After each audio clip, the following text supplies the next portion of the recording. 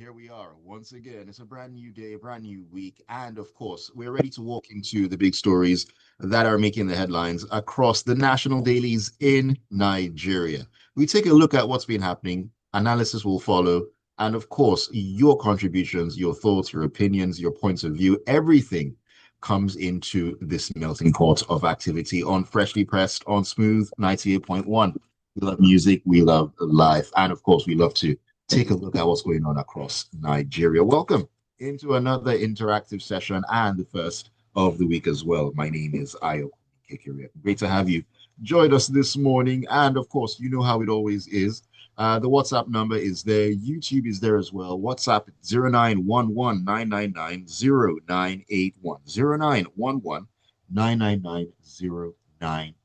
Join us on YouTube. Smooth 981 FM Lagos. Smooth 981 FM Lagos. Leave your comments there. As always, we love to hear from you. And trust me, the stories this morning, you definitely have one, two, three, or even four things to actually say. All right. Joining me to analyze the stories and give perspective, make sense of it all, AB Bozimo, and of course, Mr. C. AB, good morning to you, sir. Good morning, Ayo. Good morning, Mr. C. And good morning to all of the wonderful listeners out there. We shall have a splendid morning with less than splendid stories in some instances. Good morning, Ayo. Good morning, AB. Good morning, Lagos. Let's dive into the stories today.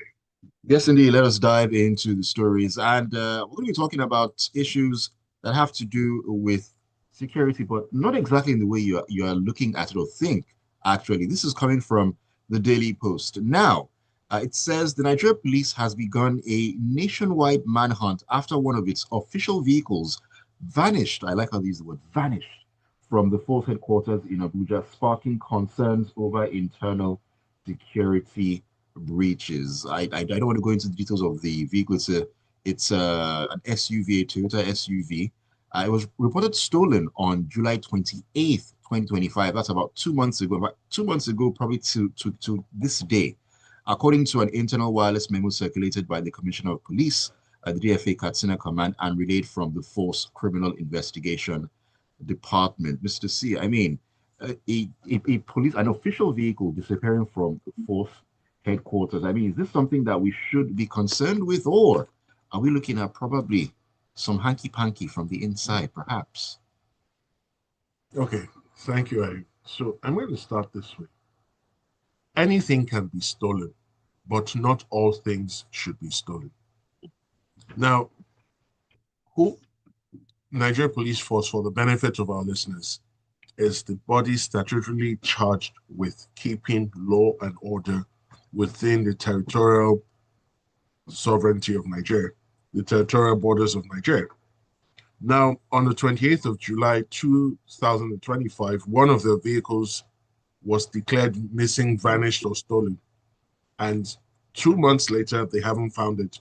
And they've launched a nationwide hunt.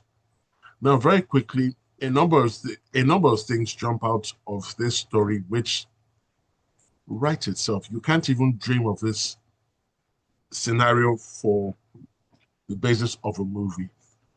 Story number one, or scenario number one, or the issue number one is this, right? It didn't vanish, contrary to what they'll have us believe. Someone either in a police uniform or known to operatives at the force headquarters drove the vehicle out. It's that simple. Hmm. And it comes in the form of a question. Was a tracker installed in the vehicle? Only the police knows the answer. Then there's this thing they disturb ordinary motorists with on the highways of Nigeria called ECMR, whether you register with the police database, the particulars of your vehicle. It's been contended that that request is illegal, but nevertheless, they still insist on it. Was this vehicle registered on their own website, on their own registry? Then the bigger question, the unanswered question is, these are the guys who are tasked with protecting the lives and properties of Nigerians on a daily basis.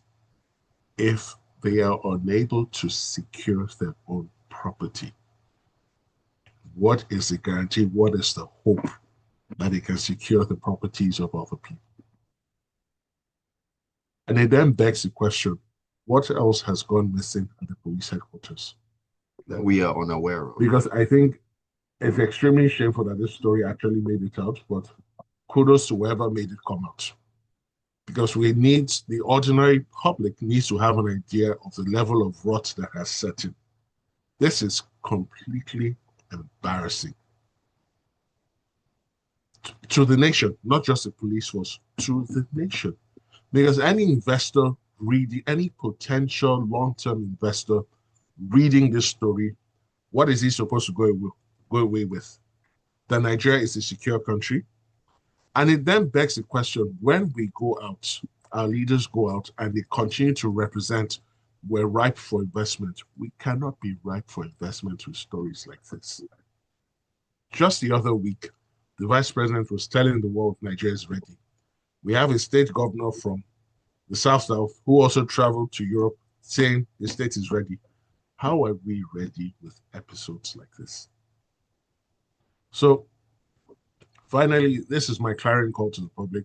The police claim they are our friends, even though we may have reason to disbelieve that statement to some form. If you see the said vehicle, anyway, it's a Toyota Buffalo Land Cruiser. It has a registration number. You should read the stories in the Daily Post. Yeah. Just let them know so they can recover the vehicle, because this is truly ridiculous. We are all owners of that vehicle, even though it is registered to the Nigerian Police Force. And we're owners by virtue of the fact that we all pay taxes. Yes, indeed. All right. Thank you very much for that, Mr. C. I mean, we hope the vehicle is found, and such episodes like this are things we do not want to, be reading about. Like you actually mentioned, the police is tasked with protection of lives and property. If they can't secure their own property, then I don't know. Maybe you had a word to chip in on this. Just to say, Mr. C already mentioned it. You see, this is a vehicle in this case, but it is one of thousands, if not millions, of assets the police has. It would be irresponsible if they did not have a tracker, not just on that vehicle, but literally on every single vehicle that they own. It is a national asset. SUV, whatever it is, rifle, these are assets that belong to the organization, not to any individual. So I hope, but if after 2 months they can't track a vehicle, I suspect there's no tracker. But, that's just, if they don't track, they should start tracking everything that they own. Okay, so let me just throw this in very quickly. It's conventional practice in serious countries that for their police forces, their vehicles have trackers, because they're able to tell where the vehicle is or was at any point in time. All right, Abi, let's switch gears and head into this particular story, which we can tie into a story that we took on Friday. Concerning the blue economy. We're stepping into the Guardian for this one, where it says Nigeria's marine and blue economy sector requires $10 billion in investment over the next decade to modernize ports and logistics, to expand aquaculture and cold chain facilities for fisheries, restore mangroves and wetlands, and upgrade wastewater treatment plants and pollution control systems in order to tap into the $5 trillion global marine industry. Abi. You see, the imperatives from an environmental sustainability standpoint, economic development, employment, even innovation, the imperatives in the blue economy are immense. And so there is a foundation for this story coming out. On Friday, we talked about how we have a shortfall of nearly 50% of the demand for fish alone. This doesn't include, like we're hearing this story, the manufacturing and storage facilities for fisheries and all that, the ports themselves, and how many millions of people they will directly and indirectly employ. So the question or the sentence that intrigues me the most in this entire long story, worth reading about and planning for yourself to, to be part of this blue economy as it emerges, is that It would take innovative partnership, long-term private capital, international financing to translate the 10-year policy. And somewhere in the story, they said government can't do it alone. Fair enough. That's like a standard statement you hear all over the place. So the question is, on every minute or every hour of every day of Nigerian life, we ostensibly produce oil. So we're earning money by the second. I'm curious, we're ready to go out and look for partnerships, which is fine. What do we do? It comes to mind, what do we actually do with the money that we do get? So no matter how small it is, because we're talking about $10 billion, what have we done with $1 billion? What have we done with $300 million towards this? We have at least earned $100 million in the past 1 year, $200 million in the past 1 year, $300 million. It appears that the money that we do earn, we waste on the lifestyles of the rich and famous, also known as leaders. And I put the leaders in very big air quotes because they ain't leading us anywhere. And then when we have exhausted that money on SUVs, missing vehicles out of police stations and so on, we now go cap in hand to the international community and start begging for money. Again, it should and could be a wise business decision.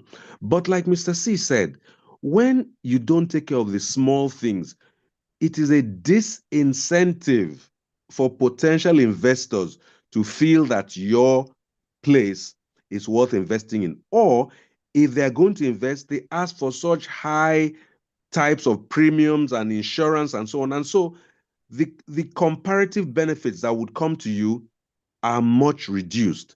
The blue economy has lots of potential in terms of ocean interface, the coastal, interface, and Nigeria has a long coastline, so there is a lot that can be done. But I think somewhere, in order to really signal seriousness, we have to show that the money that we're earning, we're putting it where our mouth is, and not just keep folding our hands and saying we can't do anything until foreign partners come. I'm sorry, foreign partners are not going to consider you a partner. They consider you a child to be exploited, because you don't seem to be serious on your own. Bring your own money, put your money where your mouth is. Suddenly, you will find that others will take you seriously and say, hey, these people are onto something. We need to get in before the train leaves us. But right now, you are not a train.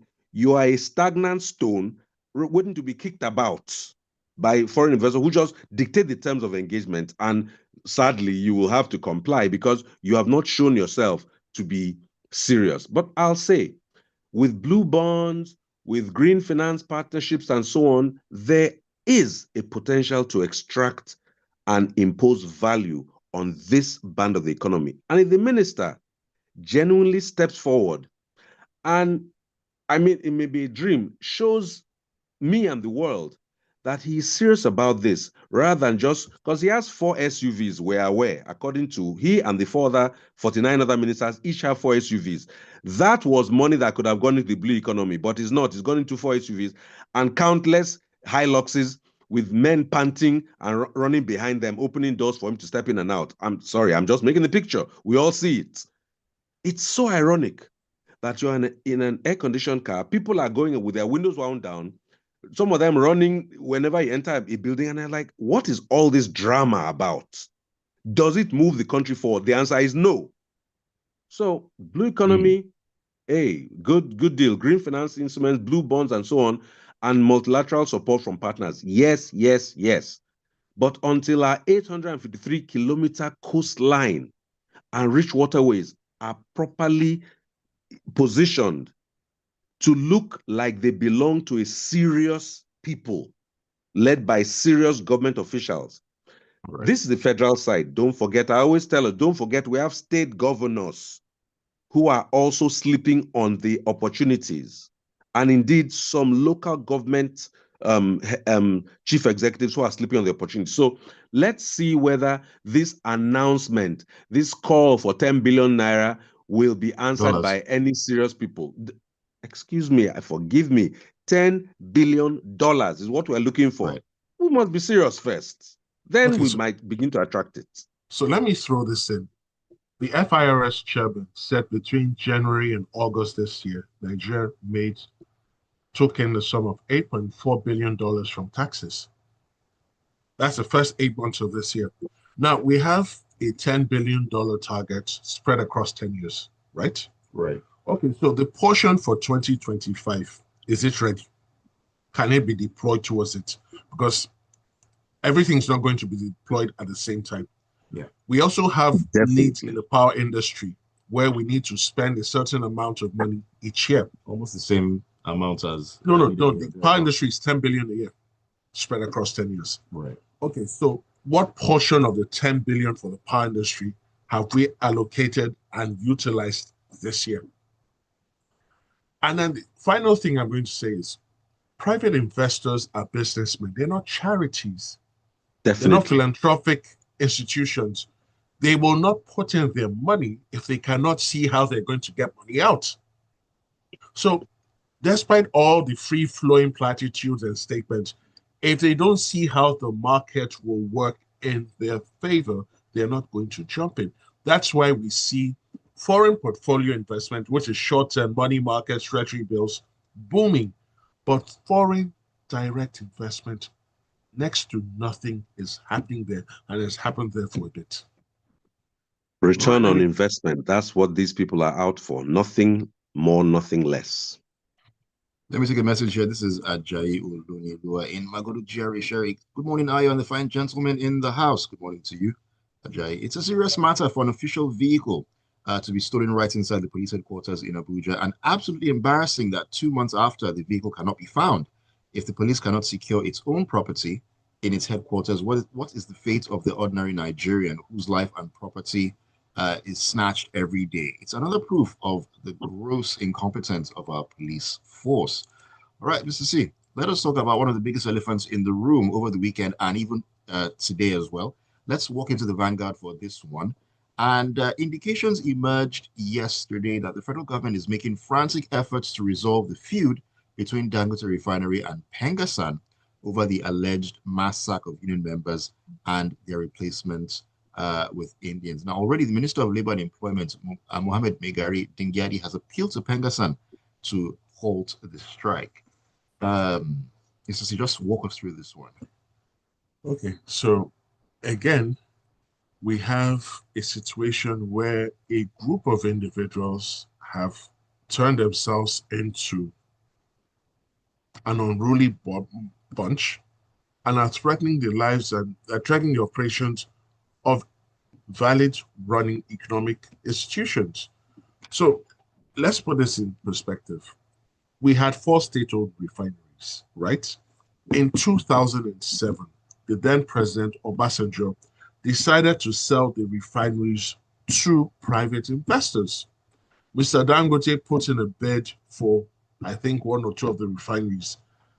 This same Nupeng and Pengassan came out, screamed blue murder, screamed at the top of their lungs, foaming at the mouth, and those sales were rescinded by the next president, Obaro Yar'Adua. Not a problem. Guess what? Since that time, none of those state refineries have worked properly. In the intervening period, Mr. Dangote has had to go and construct his own refinery at huge cost. He took considerable financing from local and international banks. He pledged a lot of his property and his interest in his other businesses so that that refinery could come to stream. And he's been battling with problem after problem, issue after issue. Now, on Friday, sometime last week, he let go of 800, the refinery let go of 800 people. Now, we're not privy to the official reasons because none of us has seen any of the sack letters. But Nupeng and Pengassan maybe prematurely state that it is because the said members joined Nupeng. Now, I'm going to take our listeners through a walk. In the 80s, we had a union for bank staff and they populated the banks. Well, with it coming into emergence of the new generation banks, they weren't having any of that nonsense. And they made it clear, if you're going to work with us, you cannot be a member of a union. It's that simple. You cannot eat your cake and have it. If you want to be a member of the union, fantastic. Join the union and wait for a job that aligns with the union. Why do we think one of the universities in Ogun State is ranked so highly and does very well? Because its lecturers are not part of ASU. They do not go on strikes. One of the private universities. Private universities. Okay. Now, show me a successful company anywhere in the world that has a union. Companies are set up to run for profit. And the companies, in their wisdom, have decided that unions are a setback. Now, Nupeng is saying you cannot sack them. I'm sorry, Nupeng, I don't know who's advising you. I don't know who your lawyers are, if you're talking to them at all or you're listening to them. An employer, the basis of any employment is that the services of the applicant are required. If it comes to a point where the services of the employed person is no longer required, the person will be told so, and he will be let go in accordance with the contract of employment that was signed. You cannot insist, Nupeng and PENGASSAN, that Dangote Refinery must take back all 800. If they don't, what's your plan? Okay, looking at what is happening now, I mean, the fact that they want to go on this strike, isn't this holding the entire country to ransom? No, I'm getting there. Now, sections 12 and I believe section 14 or 16 of the Trade Act, Trade Union Act, state that it is unlawful for any trade union to coerce people to become its members. Now, Nupeng has blocked suppliers of gas and crude oil from supplying to the refinery. Now, let me name a few of the industries or a few of the sectors that will be affected.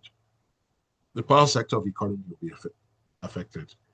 The aviation sector will be affected. Even the hospitals will be affected. So imagine a situation where someone needs a life-saving procedure to be carried out. There's no public power because the gas thermal plants that generate the power have not gotten gas. Therefore, there's no power to distribute to the discos. And from the discos, there's no power to get to the end last mile consumer. Then they cannot buy diesel because there's no diesel. Children are in school. A lot of the schools require power, whether we like it or not, even for lighting, for science experiments, for computer experiments. Even the ministries, state and federal, will be affected because if they don't have power, they cannot put on their computers, work cannot go on. And it goes on and on. It will affect the local barbers, the local hairdressers, on supermarkets. The list goes on and on. What serious country allows a bunch of unfruitful souls to hold the entire country to ransom? There is nowhere on this planet that a group will make the sort of threat PENGASSAN and Nupeng have made, and the government of the day will sit down, fold its hands, and look on. And I'm disappointed with the minister. You appealed. What does that mean? What do you mean by you appealed? This is a national security risk. And of course, the NSA, I'm not sure where he is. Counting Tinubu gains. So, if someone else made the same statement that we're going to shut down refining, we're going to shut down the oil and gas industry, will it not be regarded as treason? So, Nupeng, under your watch, PENGASSAN, under your watch, 4 state-owned refineries, none working. You haven't proffered a single solution, not one. Yet you want to crush a business that employs thousands of people. To what end? When you crush it, then what? You are the same set of people that wouldn't let him buy the state-owned refineries. Now, Nupeng, what do you want? Because insisting that he reabsorb 800 is not going to happen. That's the simple truth. So where do we go from here? That people do not hold other Nigerians engaged in lawful activity to ransom. How is this different from what the Omonile guys do? You buy your property, you've paid everything. Then they tell you, before you do your foundation, sort us out. Before you do your decking, come and see us. Before you roof, come and see us. You want to take diesel to your property, you pay. When does all this nonsense stop? No trade union should hold the country to ransom. And in fact, another section of the Trade Union Act, I think it's 46 or 49, expressly forbids them from doing what they're doing. And that if they're declaring a dispute, they have to give a 15-day notice period, which they have clearly failed to do. We should call the bluff of these guys. They're not a productive group of people. And enough is enough. All right. AB, you wanted to add something to I this? just want to reiterate that according to the story, the Dangote refinery is the world, planet Earth's, within the Milky Way's largest single train refinery. Think of what that represents in terms of a project in the context of Nigeria that is not well known for finishing projects. Somebody goes about that. I'm always first to say, I don't put Dangote, his business and his business practices in any pure category. But it must be recognized that PENGASSAN and all those people are acting like, what's that thing, scorned lovers.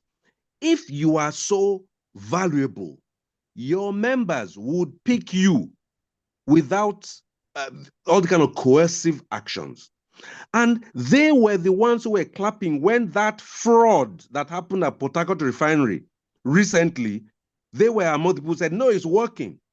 For all these years, since 2007 and before, PENGASSAN has existed to be a failure in the public space. They have done nothing of value. I'm not against unionism, but unionism must be something that comes from within, not by coercion. So the way they're going about it is criminal. 3 words. And they should be faced properly and legally. They are going about like thugs, hoodlums. That's it. I'll stop there. All right, AB. I don't know if we have the time to get into this particular story, but give me one let's see sentence what we there. can do. Yes, this is from the Punch.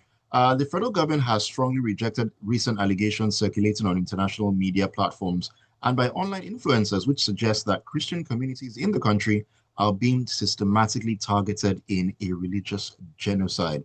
Because of time, I'll also take it from here. One sentence. Look to your left, look to your right, look before you, look behind you. Each and every one of us as Nigerians is living, working functionally and harmoniously with people of other faiths, religions, and tribes. Let us stop this kind of scurrilous thing. It is too destructive. The nation is grappling with enough. We don't need silly stories like this because none of our blood, when you measure it, is O, A, B, and B+. You do not see religion inside it. People should stop spreading such destructive stories. We have enough to take on as a country. Don't spread the kind of religious nonsense. People are killed willy-nilly in any part of the country. People live with all sorts of religions and even without religion. So I just think it's a very serious warning. They should track those who are sending such stories out and deal with them according to the law. It is dangerous. It's horrible. That's what I wanted to say. All right, thank you for that, AB. Mr. C. This particular story, actually, I needed to get your thoughts in on. It's in the Punch. In Edo State, you alluded to this earlier on, where the Edo State chapter of the PDP has asked Governor Monday Okpebholo to provide detailed explanations on the $250 million agreement recently signed with the European African Chamber of Commerce and Industries. Okay, so very, very quickly. The Edo State government recently held an investment summit in Glasgow, of all places. I'm sorry, with all due respect to Scotland and all its cities, no serious investment summit is held in Scotland. There are cities where you traditionally hold serious investment issues. Funny enough, they could have gone to London. Now, at the said summit, they supposedly signed a $250 million investment deal with a body known as the European African Chamber of Commerce and Industries. Before this story, never heard of the jokers. I visited the website, or you need to see it for yourselves, because words cannot capture the nonsense that is on that website. And these are the people that should give Edo State 250 million. So basically, the Edo State government has a lot of explaining to do. Not that it will make any sense. Because both the junkets and the reports coming out do not add up, make absolutely no sense. And they should stop insulting the collective intelligence of Nigerians. If you go for a holiday, use your full chest. We have gone for a holiday. Leave it as that. Don't come and tell us that a bunch of scallywags promised you money. I want listeners to go to the Punch website and look for the story. Then click up, search for the body. It's called the European African Chamber of Commerce and Industries. Look at the advisory council, look at the management team members, and come to your own conclusions. I should just add that the organization's phone number doesn't work. Enough said. Okay, let me rush through messages here. A couple of them have actually lined up. Joseph Menier in Silver State, Ojibwe says, the Nigerian police should bury their heads in the ground on behalf of themselves who claim one of their vehicles is missing/stolen, and the army who declared that they are helpless against the terrorists and kidnappers because of the sophisticated ammunition of the enemy of the country. Contrarily, the Nigerian government is advocating and campaigning that Nigeria should be added to the UN Security Council. Just laughable. May God help us. This is Stan. Stan says, police SUV lost. Never see him. How they won't come see my 1999 Camry pencil that got snatched? And I thought ECMR is to help track a car if it gets stolen. But yeah, they should use it to find their own car now. Anyways, please install tracker and any form of security you could think of, even if it's even if it's Baba Shongo way, your own security at the moment. Tayo says, he's in Aja. He says, a missing vehicle of the Nigerian police force? I think not. The last users of the vehicle, retired and active, should be investigated. I'm not buying that load of moi moi. Somebody has converted it for personal use. They shouldn't disturb my ears with their incompetence. And then if Dangote staff are aggrieved by the decision, they can band up and go to court. Unionism isn't the only option. Moje Napapa says, good morning, everyone. I disagree with Mr. C. The workers have a right of association. They joined PENGASSAN and Dangote sacked the workers for joining and went ahead to employ Indians. Total, Exxon, Shell, NOC all have their members in PENGASSAN. Why is Dangote afraid? I belong to a maritime union and I work for a private multinational. What is Dangote afraid of? Excuse me. All right. Thank you for your message. Gilbert Musa in Festac says, let us recall that in May 2006, over 15 million naira cash meant for the police officer salaries was stolen from the vaults of the paymaster at Louis Edet Building, headquarters of the Nigerian Police Force in Abuja. Do we as a country learn from our past mistakes? I doubt. Excuse me. Ian says, geez, Mr. C is so intelligent and he speaks so eloquently. It's always good. It's always so good and educative to listen to people like this. These are the kind of people that should be in positions of leadership in the country. Sadly, I think that most of our intelligence and brilliance just ends in the room of where conversations are held. Anyways, my people, thank you for the good work. Me, I don't tire for this country, Shat. I don't come out mind. He then says, I disagree with AB. Christians have been targeted lately in attacks. I might be wrong, but it's my opinion. Yes, indeed, it is your opinion. And thank you for sharing it. JP says, good morning, Smooth. Sadly, neither the union nor the private company are right, and as such, both must be put in one bucket, security risk. Tony in Marine Beach says, is it really going to change anything or make any difference, even if the government receives $1 trillion as grants right now? As things are, I find it difficult to believe that this present crop of leaders really seeks the good of the people, because a better life for the people automatically means getting power out of the hands of the politicians who weaponize poverty against the citizenry. We're wound up in some sort of conspiracies. And Barrister Danukoda Inigondo says, he who has the power to hire also has the power to fire. An employee cannot dictate the terms of his engagement with the employer. Alrighty, and okay, YouTube, a couple of messages. Wow. All right, Deji says, in the history of Nigeria, never have I heard what profits from government agencies were used for. These agencies declare profits and also not benefiting from their performance. Emeka says, imagine doctors going on strike and decide to turn off the life support machine of a patient in the intensive care unit.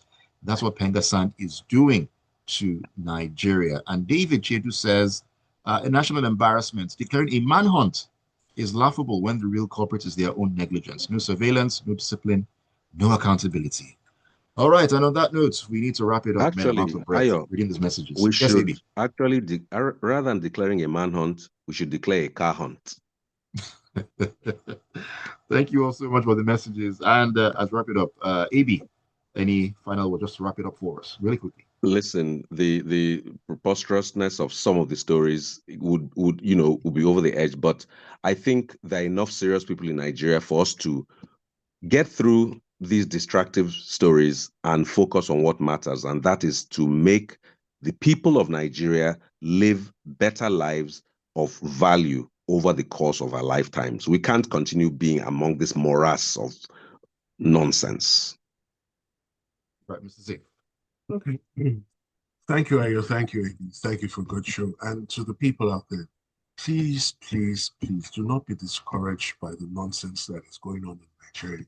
There's still hope. Nigeria will still be a great country one day. Just keep doing what you're doing. Keep doing your honest hustle. Do not be attracted by a life of crime or a life of stupidity, a life of unfruitfulness. And this week, may everyone's endeavors, lawful and sane, be fruitful and prosperous. Amen to that. Thank you all, gentlemen. Have a great start to the week. And thank you all once again. Keep it tuned. The Smooth Breakfast definitely kicks on 8:15. It's all about sports. From the weekend, you know how it all went. Many teams in the same WhatsApp group. Other teams, last minute, managed to escape banter.